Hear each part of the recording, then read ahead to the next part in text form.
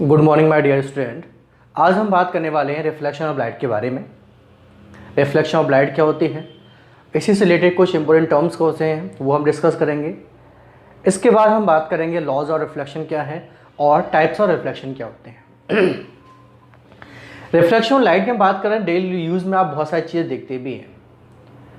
किसी polish surface यदि कोई लाइट स्ट्राइक करती है तो लाइट वहाँ से बाउंस बैक होके सेम मीडियम में वापस चली जाती है। कई बार आपने देखा भी होगा, कोई चमकदार चीज़ आपकी धूप में रखी है तो अब लगता है कि वहाँ से लाइट रिफ्लेक्ट होके बाउंस बैक होके वापस मीडियम में जा रही है। तो रिफ्लेक्शन की हम बात करें, रिफ्लेक्शन को समझने से पहले हम कुछ इंपॉर्टेंट टर्म्स के बारे में समझेंगे। देन उसके बाद हम वन बाई वन हम समझेंगे कि रिफ्लेक्शन लाइट क्या है, लॉज और रिफ्लेक्शन क्या होते हैं।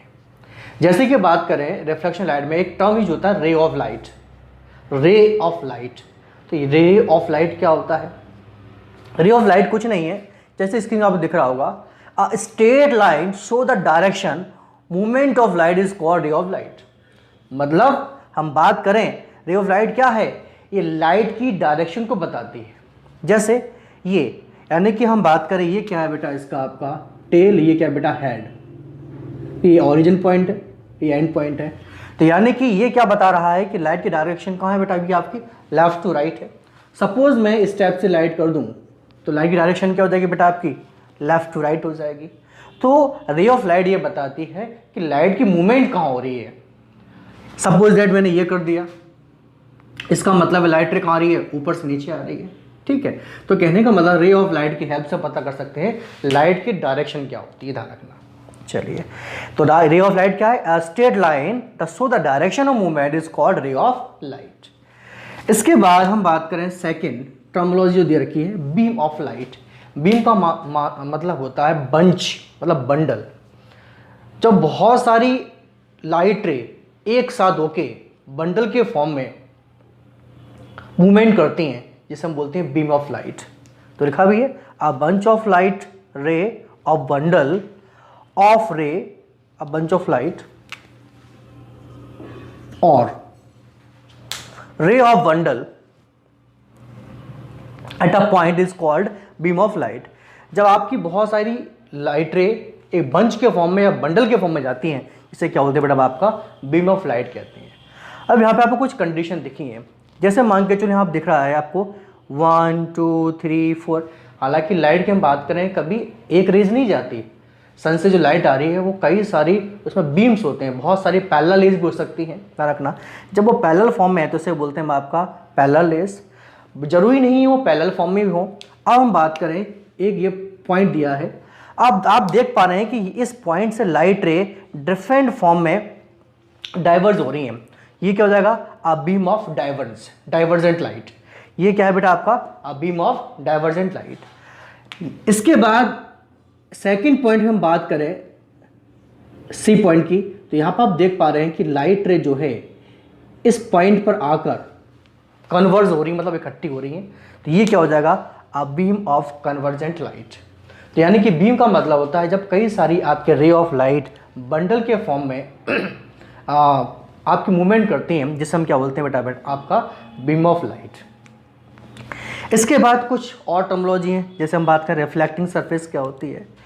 रिफ्लेक्टिंग सरफेस क्या है, एक ऐसी सरफेस जिससे लाइट क्या हो पाती है बेटा, आपकी रिफ्लेक्ट हो पाती है।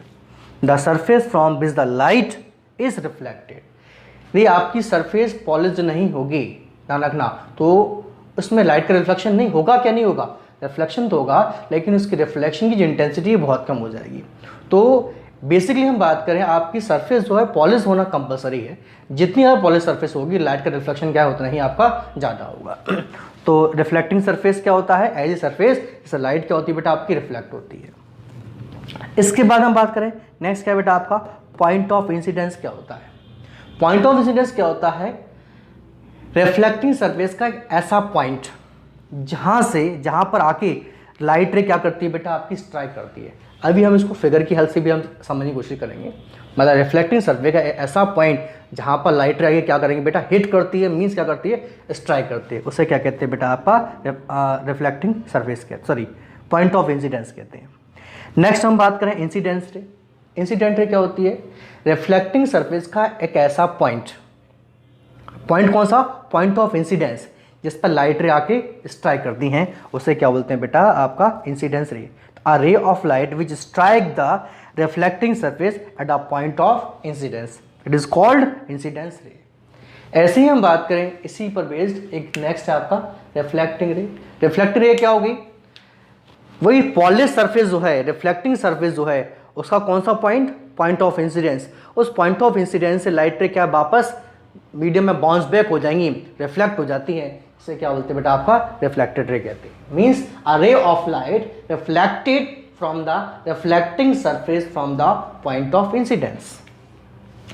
नेक्स्ट क्या दिया हुआ है आपका, नॉर्मल रे। नॉर्मल रे क्या होता है, एक प्लेन है, प्लेन के जब परपेंडिकुलर लाइट रे स्ट्राइक करती हैं, हिट करती हैं, इससे क्या कहते हैं बेटा, आपका नॉर्मल रे कहते हैं। लेकिन इन सबको समझने के लिए हमें एक फिगर ड्रॉ करना पड़ेगा जो कि हम देखते हैं। जैसे सपोज दैट मैंने एक सरफेस ली और सरफेस पर मैंने क्या कर दिया है, पॉलिश कर दिया। इस पॉलिश सरफेस को कहते हैं बेटा हम रिफ्लेक्टिंग सरफेस। ये मैंने कर दिया पॉलिश्ड, और ये पॉलिश सरफेस को क्या कहते हैं बेटा आपका, रिफ्लेक्टिंग सरफेस। Reflecting surface. अब इस पे एक पॉइंट होगा जहां पर लाइट रे आके स्ट्राइक करती हैं, इस पॉइंट को कहा जाता है बेटा आपका point of incidence. Point of incidence.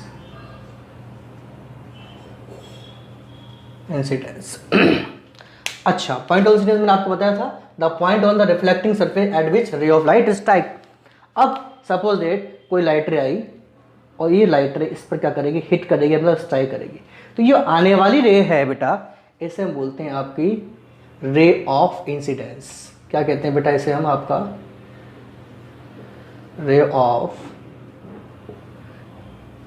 Incidence.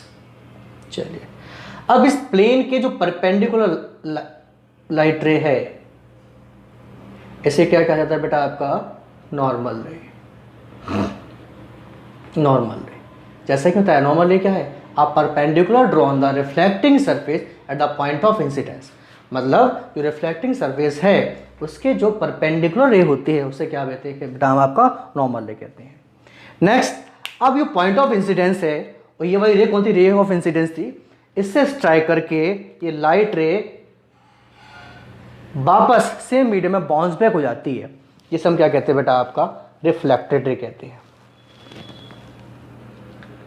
Reflected ray कहा जाता है। तो यानी कि हम बात करें, यदि कोई भी आपकी पॉलिश सरफेस है तो उस पॉलिश सरफेस में बात करें, पॉइंट होता है, इसे बोलते हैं पॉइंट ऑफ इंसिडेंस। इस पॉइंट ऑफ इंसिडेंस पर आके जो लाइट रे आके स्ट्राइक करती, हिट करती है, उसे बोलते हैं रे ऑफ इंसिडेंस।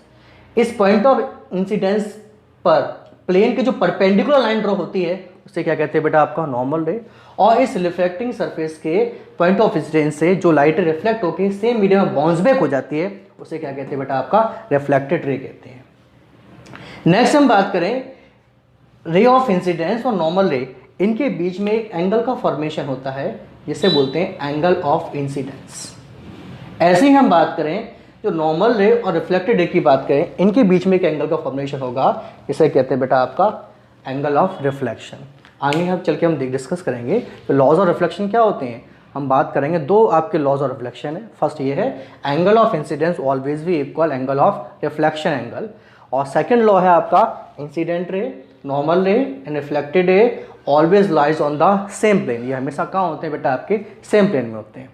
तो नेक्स्ट आज हमने समझने की कोशिश की रिफ्लेक्शन ऑफ लाइट के बारे में। तो रिफ्लेक्शन ऑफ लाइट की डेफिनेशन क्या होती है, सिंपल सी डेफिनेशन है। तो when a light ray strike on the polish surface then light ray reflected same medium is called reflection of light. या आपको स्क्रीन पे डेफिनेशन नजर आ रही होगी, वो भी दे रखी है। The ray of light falls of any object. Any object में कहने का मतलब है एक पॉलिश सरफेस होना चाहिए। It return back same medium. ध्यान रखना, मीडियम चेंज नहीं होना चाहिए। यदि लाइट रे एक मीडियम से दूसरे मीडियम में चली जाती है, इस फिनोमेना को रिफ्रैक्शन कहते हैं। और रिफ्लेक्शन में कभी भी लाइट रे एक मीडियम से दूसरी मीडियम ट्रेवल नहीं करती है, वो स्ट्राइक करके बाउंस बैक होके सेम मीडियम में वापस चली जाती है। From the surface this phenomena is called reflection of light. Due to reflection of light we can see all the nature. और हम अच्छे से जानते हैं जब ये लाइट रिफ्लेक्ट होती है तभी हमें एटमॉस्फेयर की जितनी भी चीज़ें वो दिखाई देती हैं।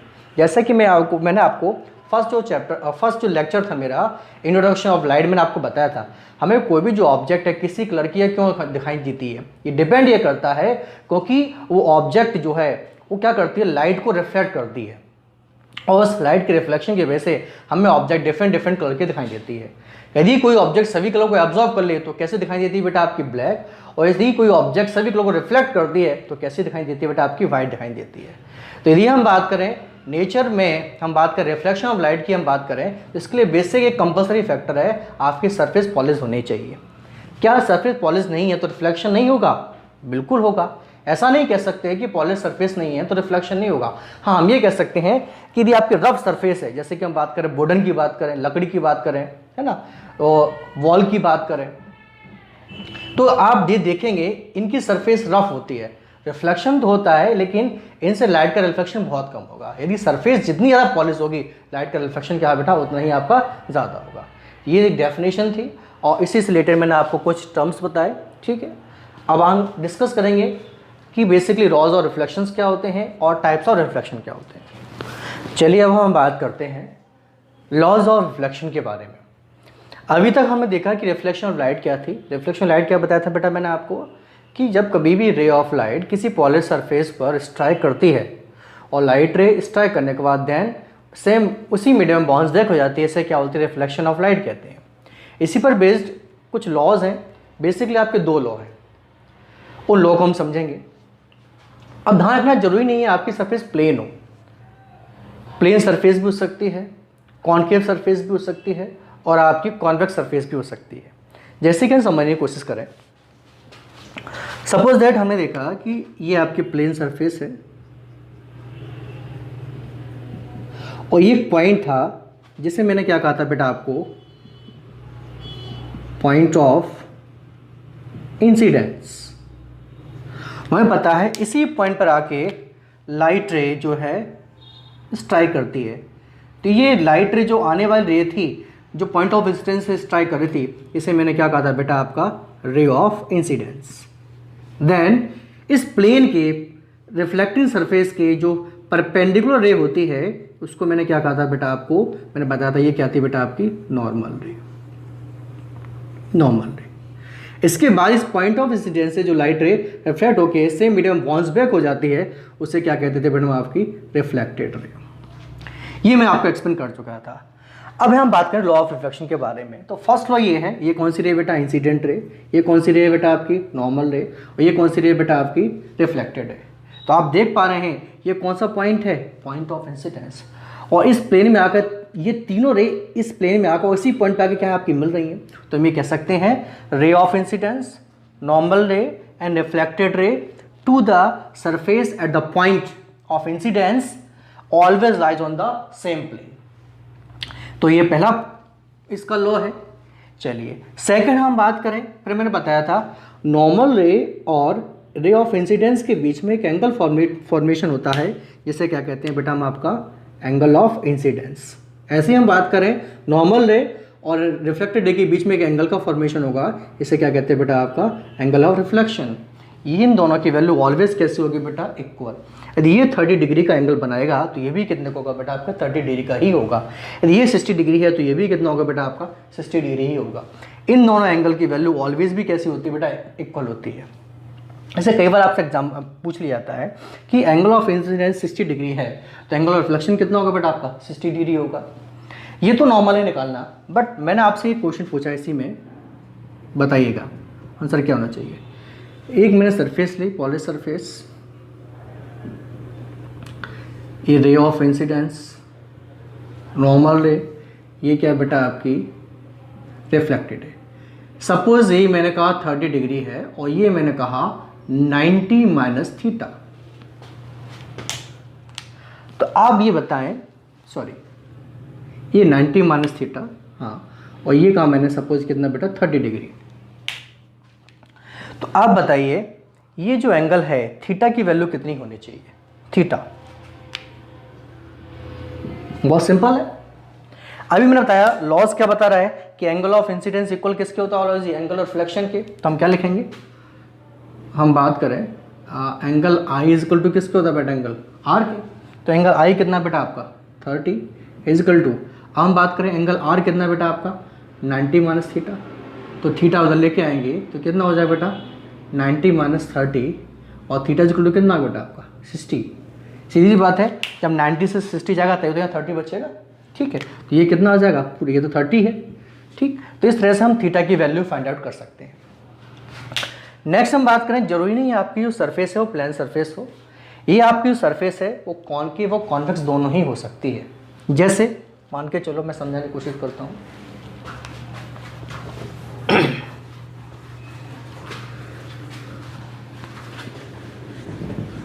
सपोज दैट मैंने जो सरफेस है वो कुछ इस टाइप की ले ली है। आगे हम पढ़ेंगे मिरर, स्फेरिकल मिरर के बारे में। तो ये जो मिरर है वो कैसा है बेटा आपका? कॉनकेव मिरर है, कॉनकेव मिरर। अब ये घबराइएगा नहीं, हम कॉनकेव मिरर पढ़ेंगे क्या होता है कैसे होता है, बट मान के चलो कॉनकेव मिरर एक सरफेस है। अब हम बात करें, यहाँ पे एक पॉइंट होगा जिसे क्या कहेंगे बेटा? आपका पॉइंट ऑफ इंसिडेंस। यहाँ पे लाइट रे आके हिट करेगी, स्ट्राइक करेगी, इसे रे ऑफ इंसिडेंस। इसके प्लेन के परपेंडिकुलर कौन सी होगी बेटा? आपकी नॉर्मल रे। और इस पॉइंट ऑफ इंसिडेंस से वापस मीडियम में वापस चली जाएगी, इसे क्या बोलेंगे?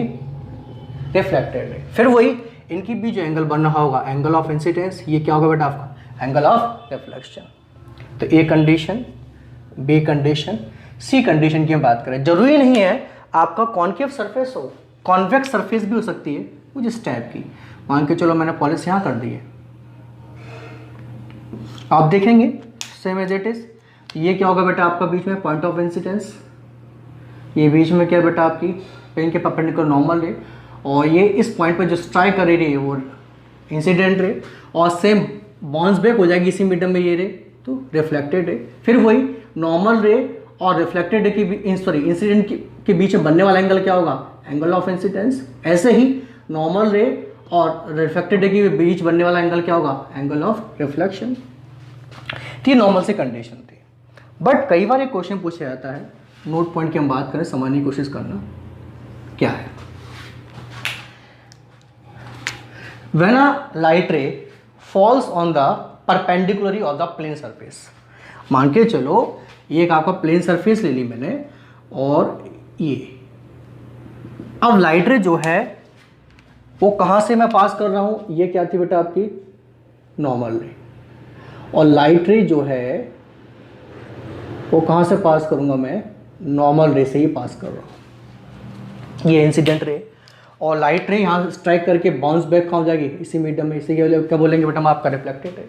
आपसे क्वेश्चन पूछा जाता है, यदि किसी भी लाइट रे को प्लेन के परपेंडिकुलर मतलब नॉर्मल रे से पास किया जाए, उस केस में एंगल ऑफ इंसिडेंस और एंगल ऑफ रिफ्लेक्शन की वैल्यू क्या होगी? बताएं बेटा। सेम मीडियम से लाइट रे आएगी, सेम मीडियम से वापस चली जाएगी। यहाँ पर किसी भी टाइप का कोई भी एंगल का फॉर्मेशन नहीं होगा। कई सारे बच्चे कहते हैं 90 डिग्री बनेगा। 90 डिग्री की बेटा इंसिडेंट रे और रिफ्लेक्टेड रे ऐसी होनी चाहिए थी, बट इंसिडेंट और रिफ्लेक्टेड तो एक ही पाथ है, तो वहाँ तो किसी एंगल का कोई फॉर्मेशन नहीं हो रहा। तो याद रखना, जब कभी भी किसी भी लाइट रे को हम नॉर्मल रे से पास करते हैं तो इस केस में एंगल ऑफ इंसिडेंस और एंगल ऑफ रिफ्लेक्शन कैसा रहेगा बेटा आपका? जीरो। चाहे वो कॉनकेव सरफेस हो, कॉन्वेक्स सरफेस हो, या फिर आपकी प्लेन सरफेस हो। इसके बाद और हम बात करें तो हमने लॉज के बारे में देखा, ये कुछ पॉइंट हमने डिस्कस किए। अब हम नेक्स्ट जो डिस्कस करेंगे तो उसकी भी हम बात करें